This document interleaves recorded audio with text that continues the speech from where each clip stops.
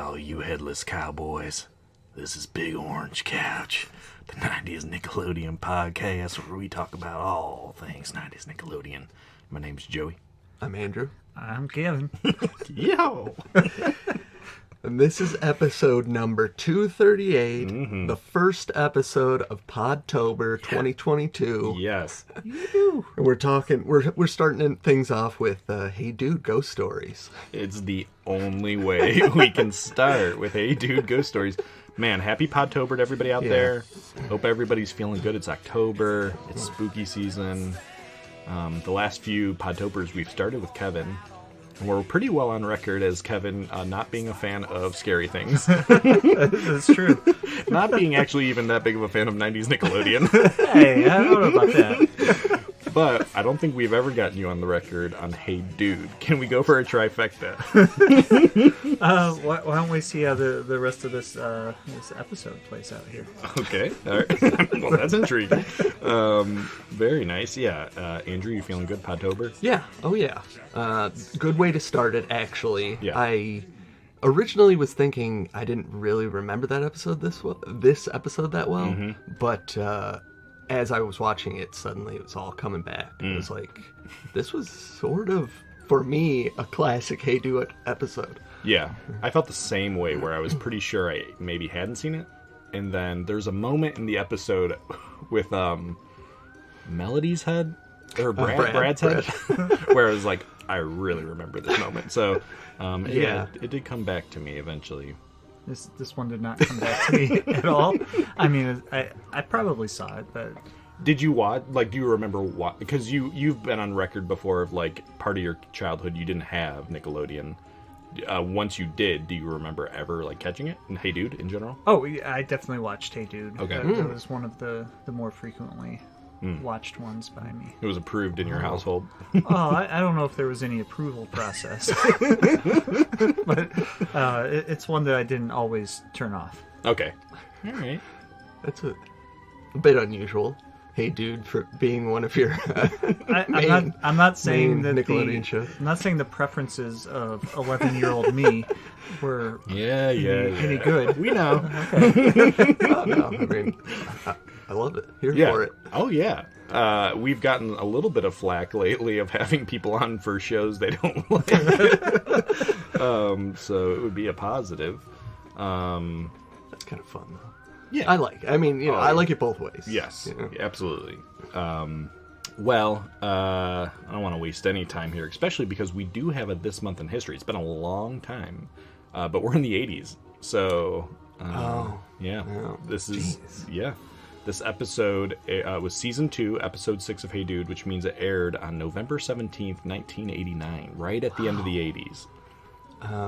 Man, I was not thinking Hey Dude was that early. I mean, I didn't look again to see what the... I'm pretty sure it's 89 to 91 or 2. Okay. Around there? I was also surprised that it was not only in 89, but this was Season 2. I was very surprised as well. Yeah. But we have definitely never talked about November of 1989. So let's take a look. I actually sent Kevin a text today being like, pretty much help, because I was trying to find video game stuff for November of 89. Yeah, I started doing some research, and for some reason, there's someone out there that doesn't want anyone knowing what the heck happened in video game history in November 1989. Yeah, it's totally scrubbed. Yeah. All right. Well, let's do it. A little bit about November '89. A lot of sports stuff up top here, which I know you got to be excited about. Oh yeah.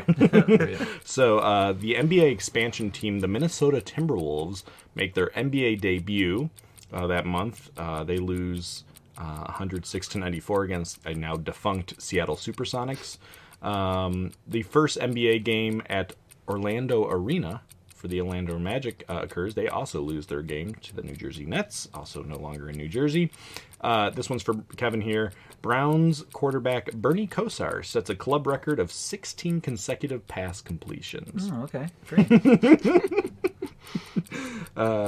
Baltimore Orioles Greg Olson becomes the first relief pitcher to win AL Rookie of the Year that month. Good for him. New York City elects its first African-American mayor, David Dinkins, and first female comptroller, Elizabeth Holtzman. So a few barriers there broken. East Berlin opens its borders. Oh, yeah. No big deal. A big story. Let's see here. A law banning smoking on most domestic flights was signed by U.S. President George H.W. Bush, so the end of cigarettes on planes. Wow. Interesting. Different time. Pretty late. I always love those Twilight Zones when they're just like... Oh, yeah. just really taking into those like pilots smoking in the cockpit. That month we have the conjunction of Venus, Mars, Uranus, Neptune, Saturn, and the Moon. Oh, my goodness. Pretty. Think any crazy things happened? Yeah, ghost stories, hey dude, Eric. It all aligned. The whole universe aligned. At 2:30 p.m. on Friday. Let's see. A famous current baseball player is born that month. Giancarlo Stanton, who plays for the New York Yankees, is born that month. And then famous actor Taron Egerton, who starred as Elton John in Rocket Man. He's born that month as well. TV, only one real notable show premiered that month, but it's a good one. America's Funniest Home Videos. Wow. Yeah. That was the premiere, 89. Jeez. Yep. Took over the 90s. Bob Saget just came storming into the 90s. Rest in peace. Ended that month, Black Adder goes forth, is the final episode. The famous BBC show gets its final episode. Of course, Rowan Atkinson, one of our favorites. And the Super Mario Brothers Super Show ends that month as well. It's a shame. Yeah. Music. We got some number one hits here. Listen to Your Heart, Roxette. You know it? Is it Listen to Your Heart? Yeah. Okay. Yeah, I think we got it. When I See You Smile by Bad English. I'm not sure.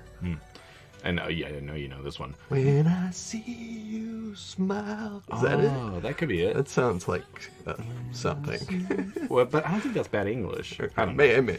And the Milli Vanilli with Blame It on the Rain. Other albums to be released that month. Queen Latifah releases her debut album, All Hail the Queen. Wow. Perfect first album title. Yeah. Pat Benatar, Eric Clapton, Scorpions, Frank Zappa, Phil Collins, Kenny G, Rush, and the Primus. And the one I really wanted to note, this became a special record to me, is Roy Orbison, A Black and White Night Live. So a couple years ago, someone gifted me this record on CD, unopened, from the 80s. It was like in one of those, it's like a really tall vertical box, like with cardboard surrounding it. Got one right here for the dinosaur soundtrack. Oh my gosh, yes. So this person gave it to me unwrapped from apparently 1989, and it had just been sitting around. And then when the pandemic started, and it was like the time period where like pretty much nobody was allowed to go see each other, and you weren't even supposed to leave your house really, I started going for nightly drives. I was just like, you know what? Let's just bust out this Roy Orbison live. Why was it gifted? To me? Yeah. Because the person knew I liked Roy Orbison. Okay. Like they had it in their house or something? Or Boy, we could really go down a rabbit hole here. Yes, this person definitely had it, I don't want to call it a hoarding tendency, but definitely like probably just stuff stacked. Yeah. Thought Joey would like this. Easy gift. So yeah, and then it just became kind of like my pandemic driving music. It would go out each night, very eerie, March and April, just nobody around, just drive and listening to Roy Orbison live. It was special. Wow. Good album. All right, anyway, thanks for letting me go off on a tangent. Movies, number one movies. For 2 weeks, Look Who's Talking. Oh, that was a great movie. Okay. Great might be a little strong. Yeah. Like on the multiplicity level grade, or so you guys really did a number on me with the shaming of my love for multiplicity. I had a conversation with my boss at work like a couple weeks ago, and I prefaced the conversation with, all right, I know this is an awful movie because my friends tell me it is, and then I talked about Multiplicity, and everyone liked it. They said that's a great movie. So I'm so confused, but I love Multiplicity. Okay, hold on. So when we did that year in review, I think it was just the shock that it was your favorite movie of the year, not that you liked it. Okay. Also, I definitely hadn't seen it, but I did do due diligence and watch it afterwards. I don't remember I think I was like maybe texting you while I was watching it. And I will say that like the first half is enjoyable. And then it just feels like it goes on forever. We don't have to rehash it. I can't believe there was like, maybe you were just being, effusive or something, but I can't believe there's more than one person in your office that had seen it. Seems like impossible. Michael Keaton was a big deal. Yeah, but that movie in particular, I feel like... Let's move along here. Look Who's Talking was pretty good, too. had some Beach Boys in there, good soundtrack. I do agree with that, good soundtrack. Eddie Murphy classic Harlem Nights is number 1 for 1 week. And, of course, Back to the Future for 1 week at the end of that was a great movie. Yeah, had to be. Yeah. That, Kevin, we can see eye to eye. Back to the Future is... Oh, wait, I'm sorry. Back to the Future 2. Also even better. Really? Oh, yeah. See, hard to disagree. This is definitely one of the only sequels that I think is superior to the original. And it definitely is. You don't even want my take on this. Well, I can hear it. I'll hear it. I mean, the official trilogy order from best to worst is 1, 3, 2. That's insane. 2, 1, 3, clearly. No. Yeah. There's no question about it. 3 is so good. Get me out west. 3 is the... I'm with Joey on 3. I really enjoyed that movie. 3 is fine, except that after Back to the Future 1 builds up in Back to the Future 2 to like the biggest movie ever, and then let's go back to the simplest nothing time ever. It just feels like it's a cozy. It feels movie. like it's going backwards. Literally, it is. It is. I mean, mission accomplished. Aptly named, apparently. Yeah. What was it called? Back to the Future. I thought there was like a subtitle. Back in time. Yeah. Other movies come out that month. I wanted to just note that every single one of these movies was released on the same Friday as Ghost Stories, the day this episode premiered. Ready? Yeah. All Dogs Go to Heaven. Okay. Harlem Nights, the Eddie Murphy classic. Little Mermaid. Wow. Steel Magnolias. Great. That's a big Friday. That's like a huge Friday. Are you serious? Little Mermaid, All Dogs Go to Heaven, Steel Magnolias, and Harlem Night. Can you imagine? And Ghost Stories. I was going to say, can you imagine how successful, how much more successful those films would have been if they weren't standing in the shadow? If people weren't stuck at home, oh man, I hope this re-airs quickly. It's fine. All right. I was pretty impressed. Video games, Kevin, were you able to find anything? Yeah, well, I found a couple things here, and I don't even know if they count because a couple of them. There were a lot of Japanese games I found that were released, so I picked a couple that I could actually pronounce. But I just want to say, like, when I was trying to research this, like every website I went to, I'm like, all right, 1989 games. We're going through every month of the year. We got tons of releases. I'm like, all right, October, here we come. November's coming, and then nothing. Straight to December. Yeah. Everywhere. I'm like. I went into this thinking there's no way that Joey couldn't, like, what the heck was Joey doing that he couldn't find anything in this month? And I got it. So I was able to find a PC game, the Japanese release of Battle Ace.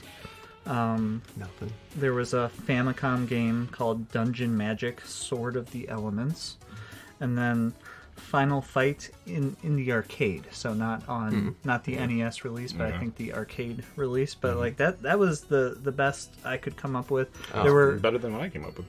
There were a few more Japanese games that I didn't want to take a stab at trying to pronounce, so we went with these. I can appreciate that. Yeah. Well, that's a little bit about November of '89. I think we do have a little bit of news about October of 2022. Andrew, something is coming up here. Yeah. If for those who have been following, I've been writing some books, and the third one in the Space Junk series will be coming out either it's already out when you're hearing this, or in a couple days or so. Took a little different tack this time. It's called The Deaths of Adam Jones. Ooh. So it's, all right. It's connected. Yeah, it's connected, yeah. but like it's a very kind of different format, and like what happens in it is kind of it's pretty different from what has happened in the books previous. But it kind of appropriate for this month, incidentally. Yeah. A lot of horror elements in cool. there. So yeah, that should be Love it. available shortly, at least. Amazon? Yes, on Amazon. Also, if anybody is really interested, you can get signed books from me on Etsy, Oh, cool.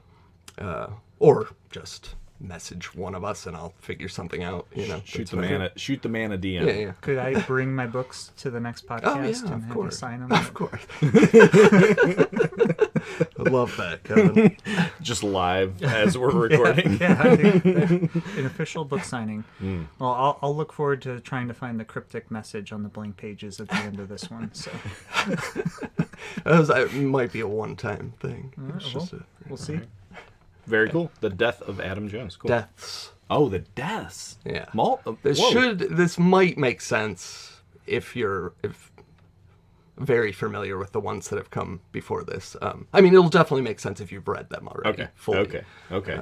So Very cool. Well, guys, it's fall. It is. The smell of candy corn is in the air. dried leaves.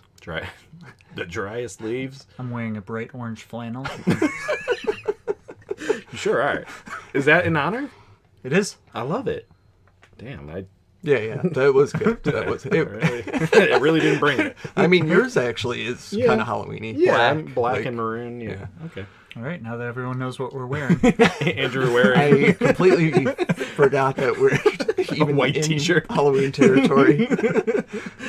Okay. Well, Andrew, do you want to walk us through it? Because I really think yeah. probably some people really need this breakdown. Unlike, yeah. Yeah, it's a less known maybe Yeah. episode. Yeah. Okay, so one morning at the Bar None, Danny and Lucy find Mr. Ernst outside hanging upside down between two ladders. He explains that he has the hiccups and that the only surefire way to get rid of them is to drink water upside down. He guzzles some, and as the others help him down, he realizes his hiccups are gone. But as he gloats about his success, the hiccups suddenly return. I don't know.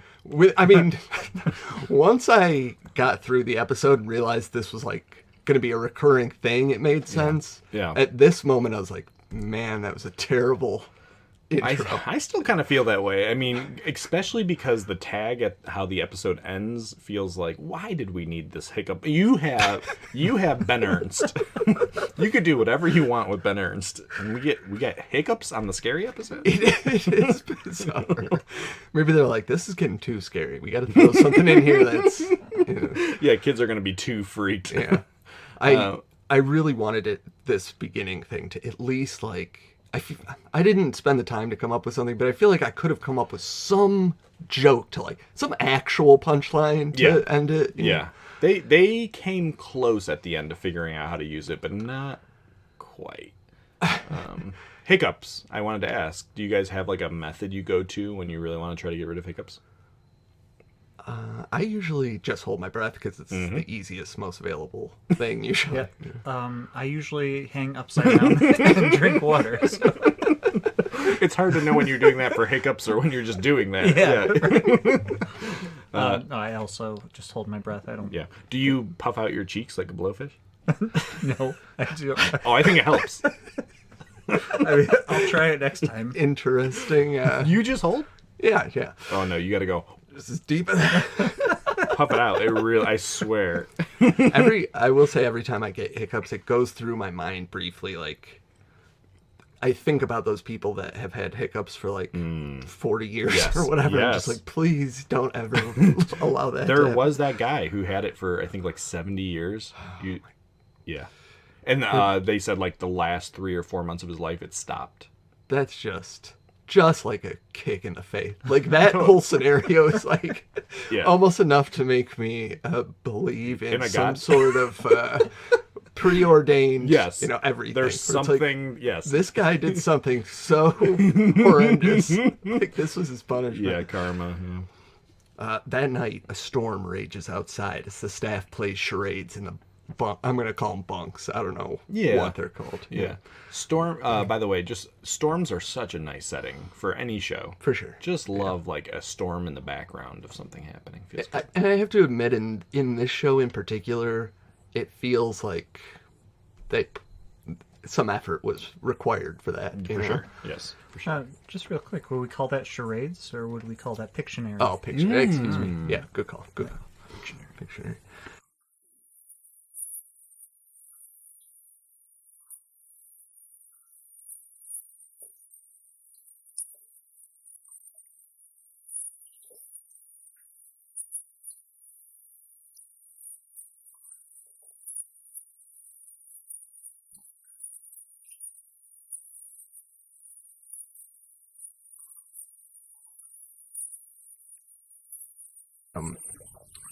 By the way, in the Pictionary segment, like I could see the picture and I immediately knew what it was. I don't know. I made 4 notes on this episode, and one of the 4 is you'd have to be an idiot not to know he was trying to draw a T-Rex.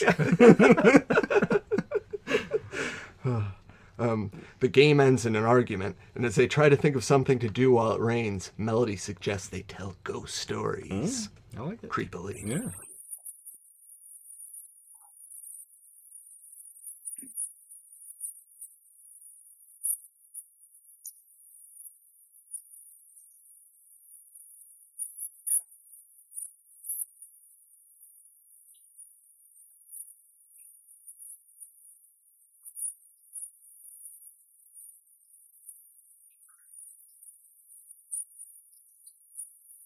But Ted promises to tell a story that he's sure will scare her because it really happened. Mm-hmm. I like this setup. I do like the setup too. I was like, I'm kind of, if this whole episode was just them telling ghost stories, like, yes, it feels good. Yeah.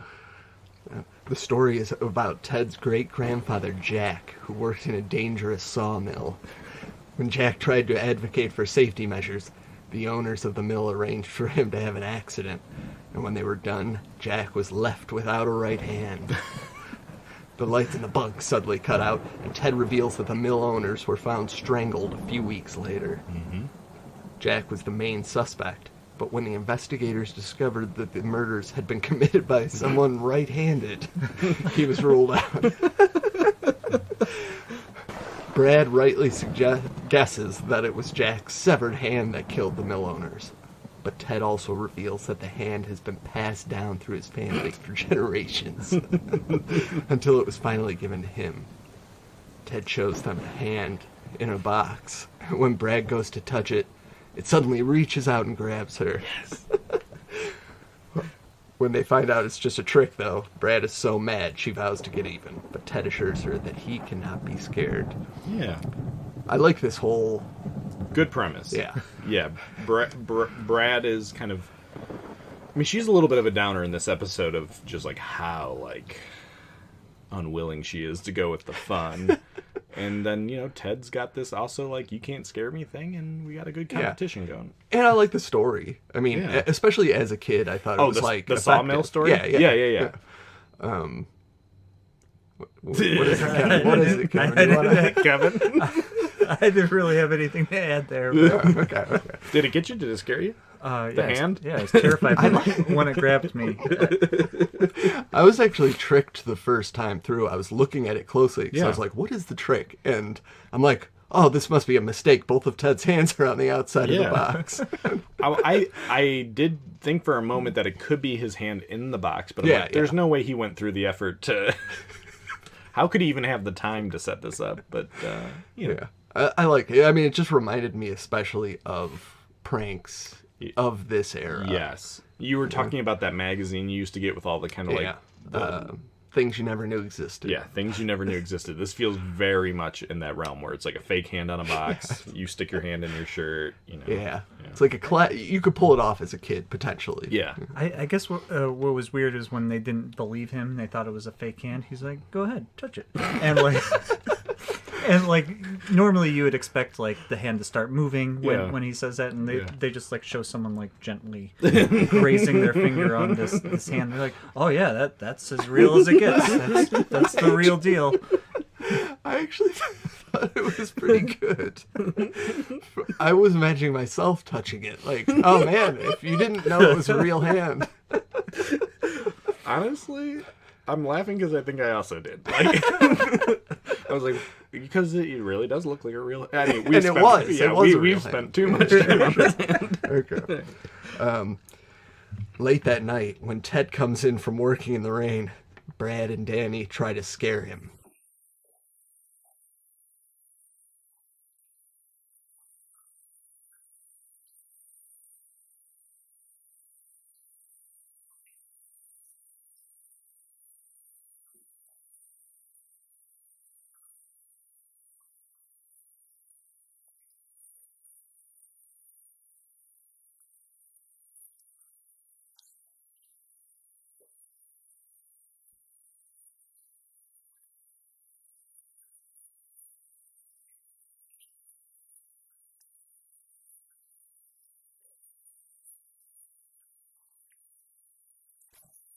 So weak.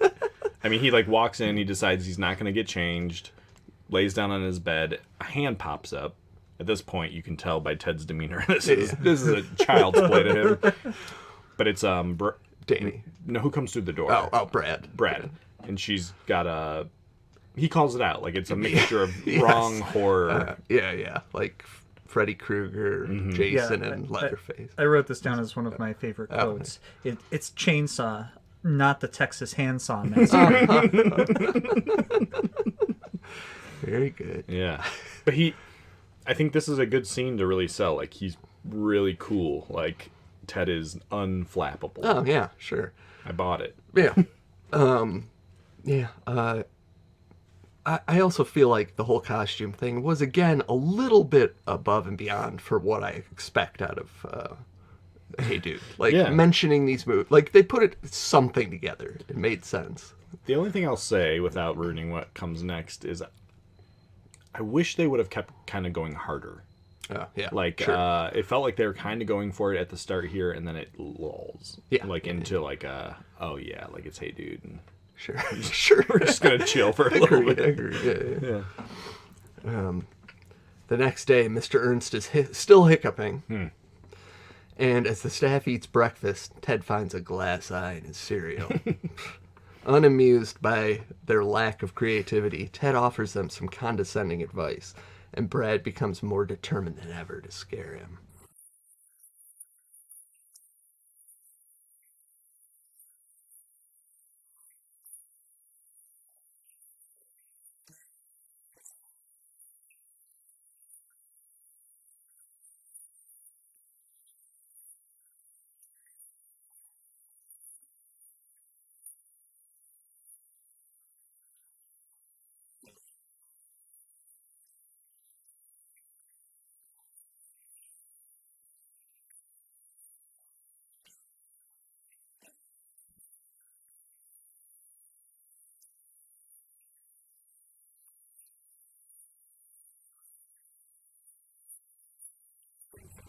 Afterward, Melody calls Ted over to tell him a scary story she heard about the headless cowboy, complete with props, sound effects, and Brad's severed head.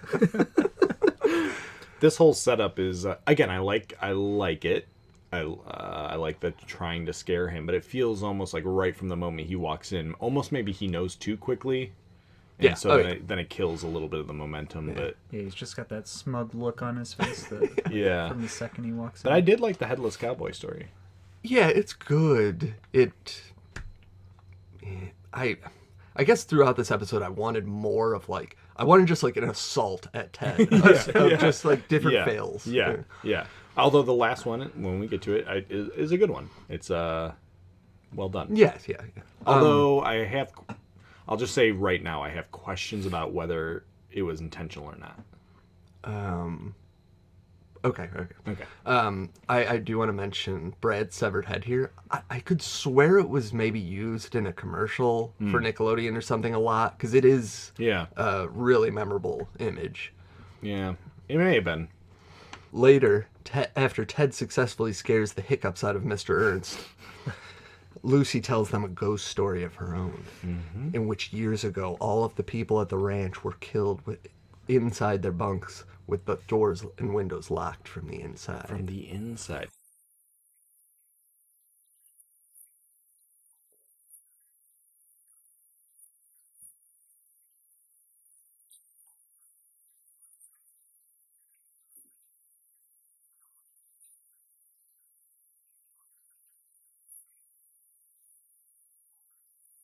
From the inside. I know. From the inside. I love it. Ted, I do love this. Ted is... they finally have done something that's like really hung him up. Yeah. How do you lock from the inside? This was also really effective when we were kids for me, where I was like actually freaked out by this idea. How did they were all killed from the inside of their...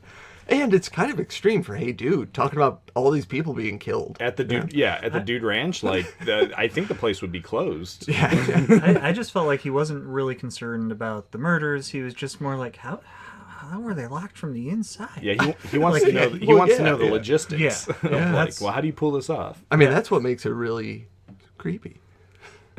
You think Ted wants to kill people? No, it makes it creepy that they were... The locking from the inside is what makes the story, like, really creepy. Yeah, okay. I also want to say, I don't really address it again, but Mr. Ernst keeps addressing Ted leaving stuff out, which I think, leaving tools out in the rain, and I think I like this in the sense of, whatever, I like this in the story context, but the way they use this, like, I haven't even heard about this till the last 5 minutes, and then they keep bringing it up over and over again. Yeah. Like, it would have been nice if it was a continuing. In fact, could have gotten rid of the hiccups, replaced it with this. The tools. Yeah, for sure. This story is so scary that it brings Mr. Ernst's hiccups back, and Ted is left wondering about the mystery. That night, Ted is in the bunk when he hears a series of strange noises. Spooky noises, you might say.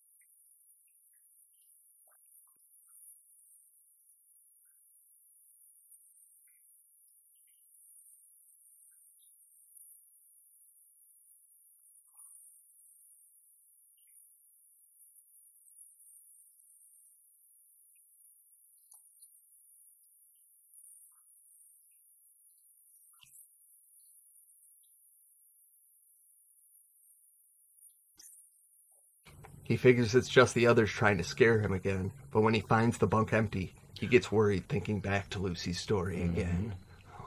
I don't buy this. I just don't buy it. That he's scared? Yes. The whole episode he knows they're trying to go after him. The moment I would even like start thinking I'm kind of scared would be, I feel like and he does actually. Yes, like he kind of goes like, they're playing a trick on me. And then he too quickly goes back to like, no, I think it's real. I appreciate what they're doing, like, with it, how they're trying to make it seem like, when he doesn't find them, he's like, oh, this could be real now. You know, I get, it's maybe, it could be more effective, but... Yeah. Is it just a combination of bad acting and shortage of time in the episode? Definitely shortage of time, because when they started telling the spooky story, I'm like, ooh, okay, this is ramping up now. Lucy telling the tale. I looked at the clock, I'm like, there's 4.5 minutes left in the episode, so I definitely think they could have stretched this this rather than some of the middle stuff, I think they could have stretched this part a little longer. He also has a moment where he thinks they dug into the bunk from underneath the floorboards. Yeah, but isn't that right? That's the I only way guess. you could do it. Yeah. Lock them in. Nice. Yeah, I love it. Yeah. I thought it was interesting. Like, he's sitting there piecing it together. So in his mind, like, this murderer is just completely under his feet, and he's just like, "Oh, they came under the floorboards. I figured it out. We did it." Like, He's a logistical guy. Like, I might be about to die, but I figured it. Ted suddenly runs to the door to escape, but he's greeted by a dark figure in a raincoat and I don't know what you call them, shears. Yeah. Lightning crashing. Yeah. Oh, also at the beginning of the episode, you might have missed it, but briefly there's like a flash of lightning above the bar nun. It's got to be a special effect. It turns out, though, that it's Mr. Ernst, who gives a simple explanation for the sounds Ted was hearing, and Ted begs him and Lucy not to tell the others that he got scared. Yeah. Well, it's the tools, right? Yeah. So this is the big payoff. Yes. Of all that tool talk. if only he put that rake away. Yeah. The rake was clinking.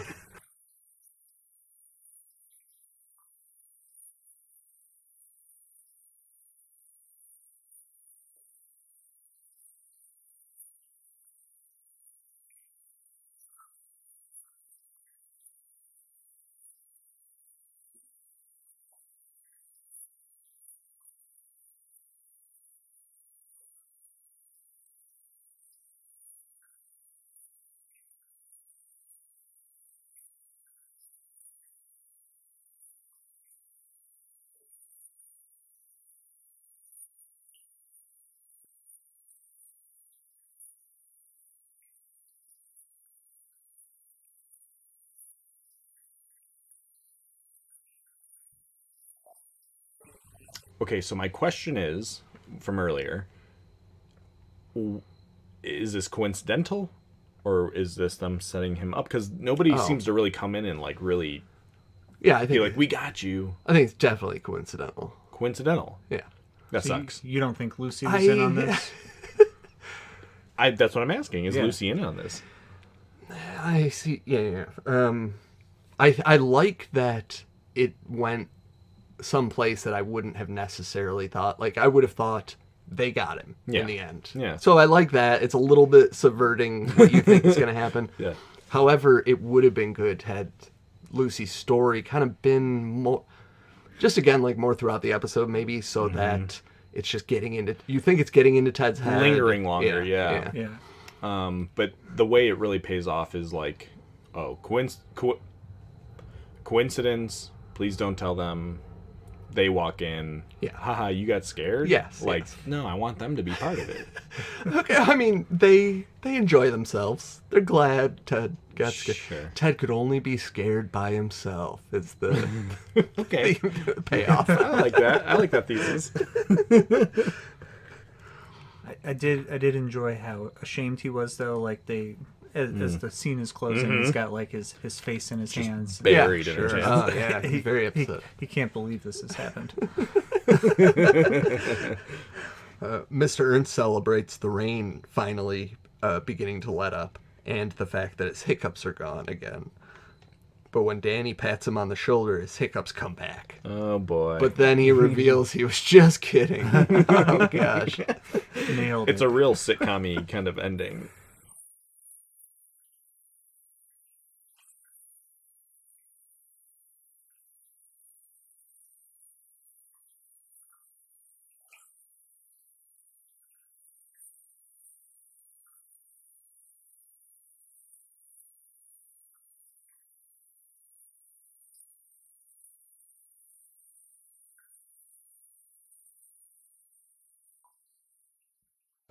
Yeah, just not like a good though. No, it's not really in tone with the episode at all. Like, you had kind of this dramatic moment, and it's a real chuckle fest. I have to admit, this watch, I assumed the hiccups had come back. That was the end of the joke. So they got me a little. The next morning, Ted tries to scare the others by jumping out of a trough dressed as a mummy, but this time they're the ones who are unimpressed. The mummy get-up was pretty good. Yes. Yeah. Looked nice. It was good enough that I was like, I can't believe they only used this for 4 seconds at the end of the episode. Yeah. So I guess in the end, like, nobody's learned anything, and nothing. That's okay. Ted has been not humiliated enough. That's like what it's supposed to be. I still kind of walk away thinking, Ted's unflappable. Sort of. Any thoughts? Final thoughts? Not really. Great. Well, do you want to look at what it went into this thing? Oh yeah. Yeah. Why don't we do that? Hi, this is bios, trivia, ratings, and stray observations. Well, to get into bios, I couldn't believe we hadn't talked about Ted McGriff himself. Wow.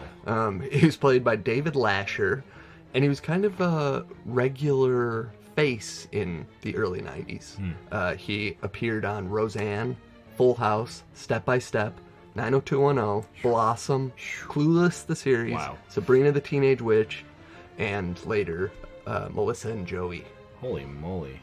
That's the Mount Everest of 90s kids viewing? Yeah. It makes me think he just he could have easily lucked out into a main role somewhere, just maybe didn't materialize. He's not a bad actor. No, he's good. Yeah. And he is, in this, he's like the perfect annoying guy. Yeah. Well, I think maybe we've talked about this guy before, but I just couldn't believe. I mean, he's been so successful since. This was co-written by a guy named Graham Yost. He wrote a ton of these. He wrote the movie Mission to Mars. He was a writer on the Steven Spielberg produced series The Pacific on HBO. Writer on Justified, Sneaky Pete, producer on John Adams on HBO, The Americans. So I just love this idea that this guy went from Hey Dude to prestige TV. Yeah. You said Mission to Mars? Mission to Mars. Yeah, he was that. he was the screenplay writer. Okay. Yeah. That was it for bios. Any trivia? Just one. This is one of 8 episodes in which Tucson casting person Peggy Dunlap is given special thanks at the end. Dang. Did you find that online, or you dug that? I noticed her name at the end, and I looked on IMDb. It listed some, and then I checked the other episodes just to make sure that wasn't a mistake. Okay. My only trivia is that the entire wiki page for this episode is just has the letters TBA. That's awfully interesting, considering the disappearance of all video game history from that time. Yeah. Maybe people don't want to know what's happening in November. I think this is connected. November 89. I suspect that there was a scene removed from this episode of somebody playing the worst video game ever created, and it's that space conjunction. Yeah. Something went haywire. So there is it's weird to even make a wiki page and then not filled in. Who made it? Yeah. It's just waiting to be filled in out there. There you go, folks. Yeah. Someone do us a solid. Stray observations? I got some. Did you guys catch the year and place that Great Grandpa Jack worked at the sawmill? I almost wrote that down. 1895, maybe? Close. 1863? Yes. Did you know it already? Have it written down? Yeah. Oh, yeah. I was like, wow. Oh, yeah. I don't actually have many observations, but I have that one. Where? He said the state? Yeah. Was it Massachusetts? Yep. Okay. Big sawmill region. Oh, okay. Of the country. Wow. Good knowledge. Not really, but did you have it? I almost wrote down all of the guesses during Pictionary at the beginning, but well, thank you for the segue. Yeah. Can you guys tell me any of the guesses during Pictionary? Well, I know one of them was a rat, right? Yep. I know the answer. Oh, that's what. Well, you know that no, too? Go ahead. I mean, we know it was a Tyrannosaurus Rex, but well, oh yeah, the fight. Okay. What they all thought it was Wolverine. Yeah. Oh, there's so many things. Yeah, I thought it was. they were rattling off like 4 or 5 right at the beginning. So You want them? Yeah, oh yeah. Yep. Woodchuck, Wolverine, Beaver, Marmoset, Gopher, Groundhog, Rat, Mouse, Gerbil, really big gerbil, and man-eating Wolverine. Wow, the scene felt like it passed in like 10 seconds. I can't believe they got all that. They rattled them fast, and like some of them are talking over each other while they're like shouting out some. But yeah. when I was watching this, every time I like would move the whatever, every time I like tried to change where I was in the video, I got like 3 more ads. So like that's why I didn't want to go back and do anything. Yeah, you got something against Coles, or? Yes. Oh, where were you watching this? Daily Motion. No. Where'd you watch it? Daily Motion. Oh, okay. Oh, how disappointing. Did you catch why Ted says Great Grandpa Jack was lucky? A reason for being lucky, even though he worked at the dangerous sawmill. That's a good one. No. He still had all his fingers. Yeah, because those were severing fingers and hands left and right. Yeah. When Melody is telling the story of the headless cowboy, she mentions that he's going to a specific place. I do not recall the place. You might know it. Tombstone. Ah. Heard of it. I do. I did have one of my other favorite quote from the episode. Oh yeah, please. When Brad was scared out of her head. Yeah, that was good.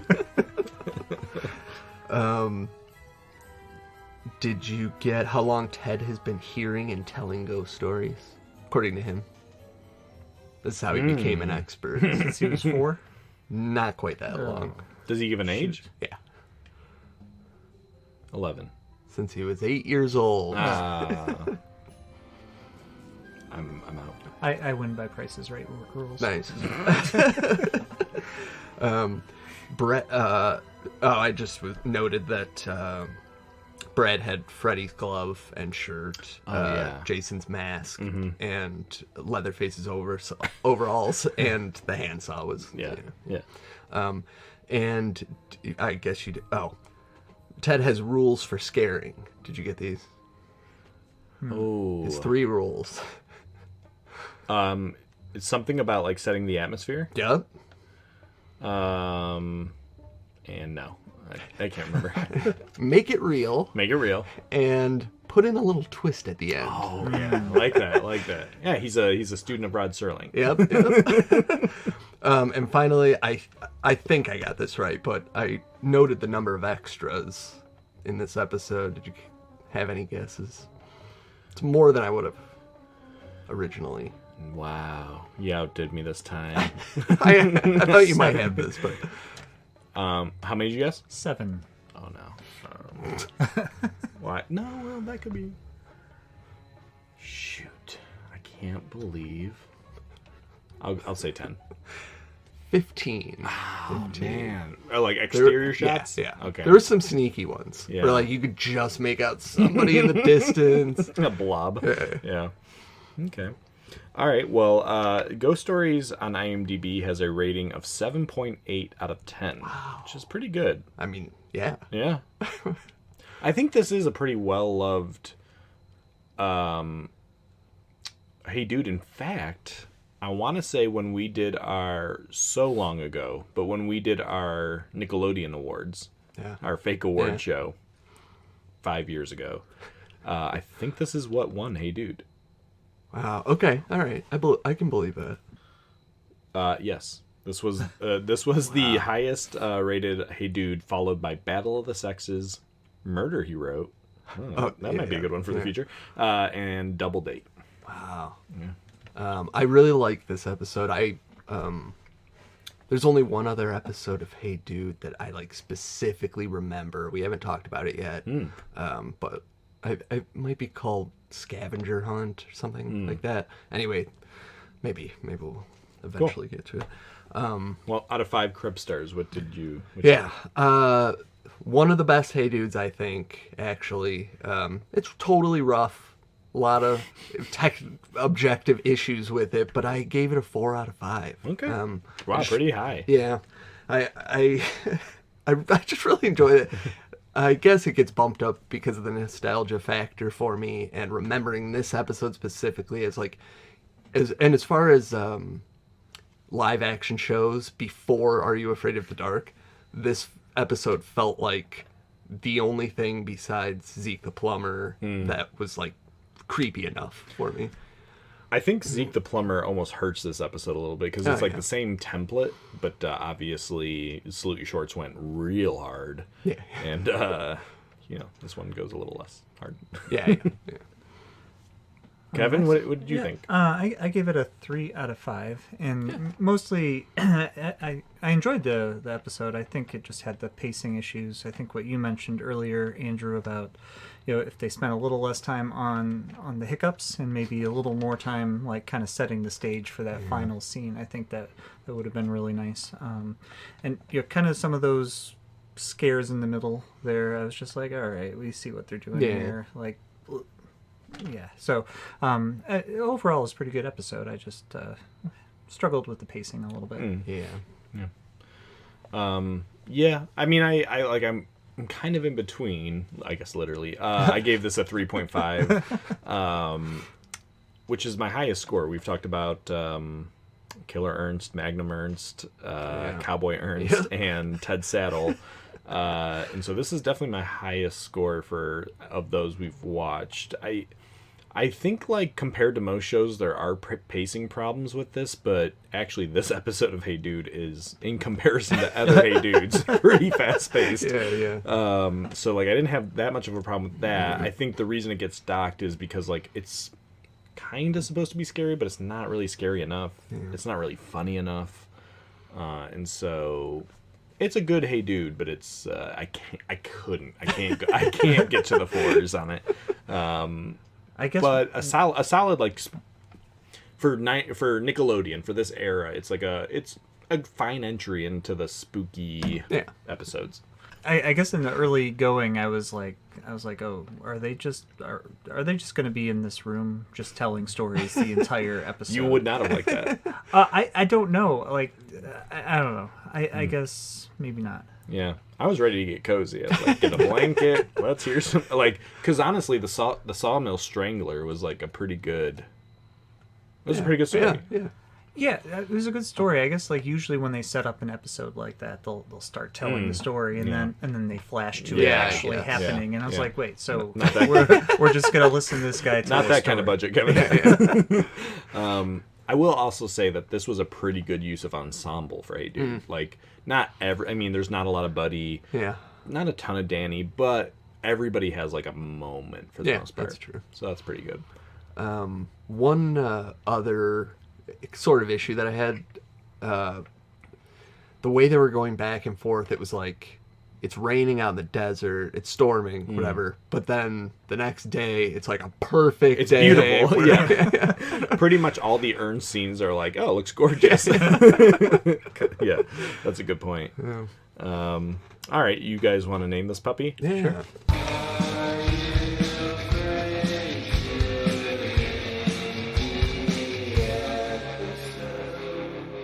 There's only one name for this thing. If we don't all have the same name, I'd be shocked.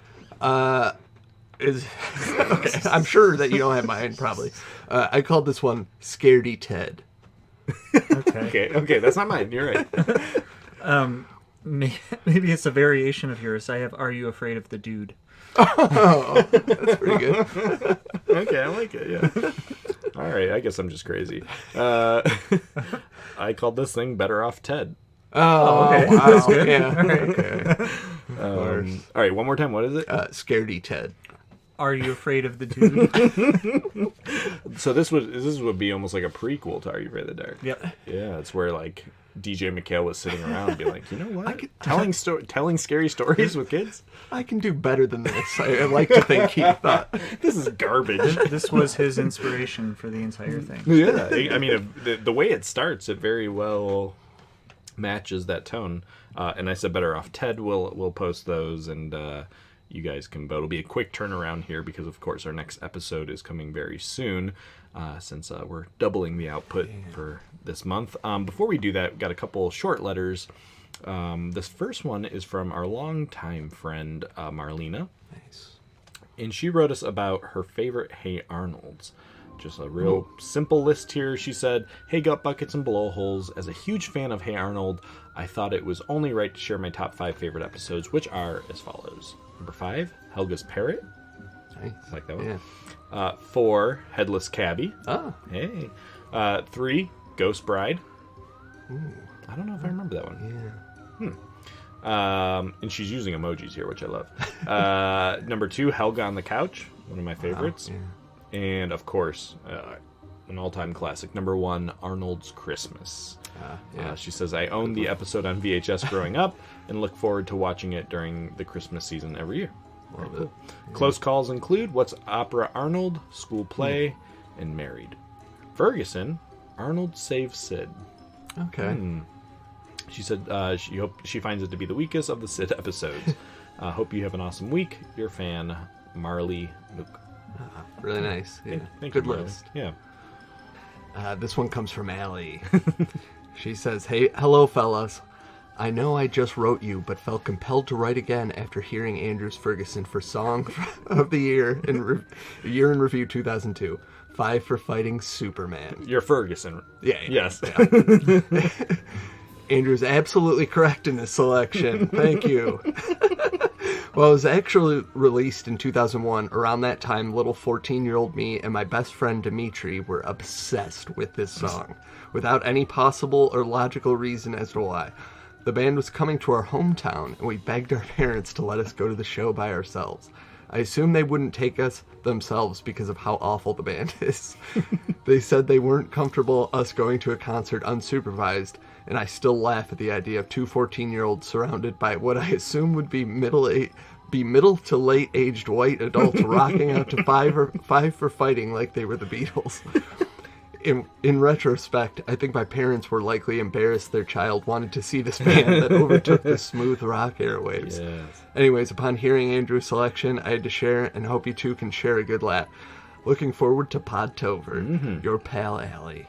Wow, really nice. Love it. Love that tape. Love this whole story surrounding the song. That's great. I mean, that's very, like, as a kid, you don't know how things are going to age, and you might just love 5 for Fighting. Yeah, sure. Yeah, I get it. So I didn't laugh at that story because she said she only hoped that the two of you enjoyed a good laugh about it. But I did enjoy the story. It was really well written, and I kind of felt like I was there. So that and you're just a giant 5 for Fighting fan. Well, clearly, let's not get into this now. You got a full tattoo sleeve. Says it ain't easy.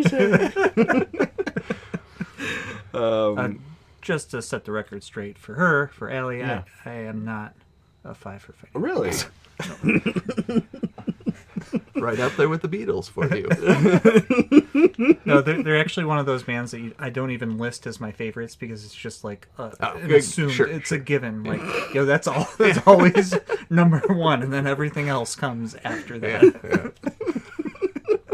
Your Instagram page is just screenshots of like whatever song you're playing right there. All right. Well, that was a bunch of fun. Good to talk Hey Dude always.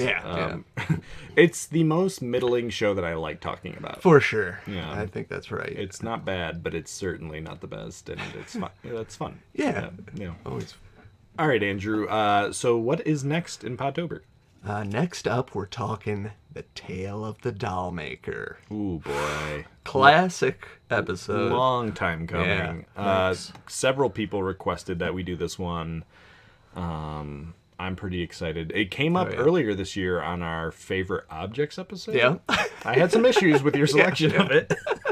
But that does not mean I have issues with the episode. And we are also going to have a first-time guest on this episode of someone we've known for a long time very well, or what I would call an in real life friend. Who we've asked to be on the show before. This is a big get. Yeah. I mean, this is like for us, I think the equivalent of like getting like a guest celebrity. Like we finally got our friend to come on the show. I think he'll probably talk about it, but he does not care, did not watch Nickelodeon, but has gotten into Are You Afraid of the Dark this year. I So- love it. Well, I'm feeling really appreciated as you guys talk about your biggest get ever. So, Kevin, it's been hope five years. everyone has a really nice time listening 5 years to of your whoever the heck this is. Taking 5 years of your multiplicity. No, we love having you, Kevin. You know that. Yeah. Thank you, Kevin. Yeah. Great to have your input. Yeah, it's always a pleasure. If I may, I just want to comment on one thing Okay. that you mentioned Okay. at the beginning of this episode. Okay. You mentioned that I've not really been a fan of 90s Nickelodeon, so I thought I would share with the two of you and all of you listeners that I actually have been watching a lot of 90s Nickelodeon as of late. So yes. with the addition of all that and Kenan and Kel to Netflix, Hey. Right. and my kids being old enough to enjoy that kind of television, Yeah. we have been pretty much exclusively watching Kenan and Kel Wow. Nice. in the Kevin family household. Love it. Yeah, Yeah, that's awesome. so I am just loving the heck out of this stuff. It's like I'm discovering it for the first time, even though I watched it as a kid. So It feels good.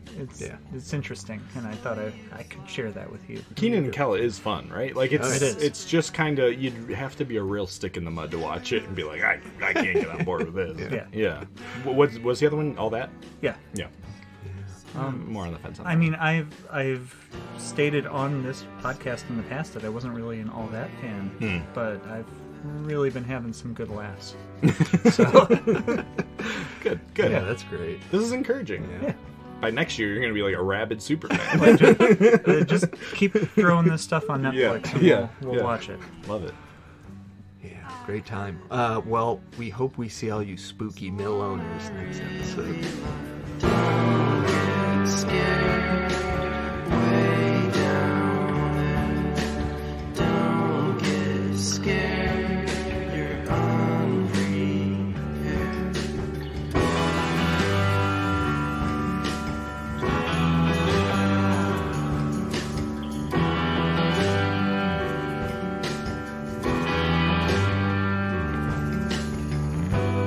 Holy saint once said, the more you give, the less you get. But I'm trying to live my life. Don't get scared way down there. Don't get scared.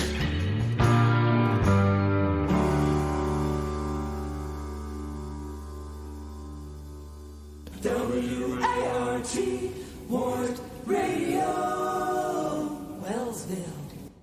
All right. Shut up, Kevin.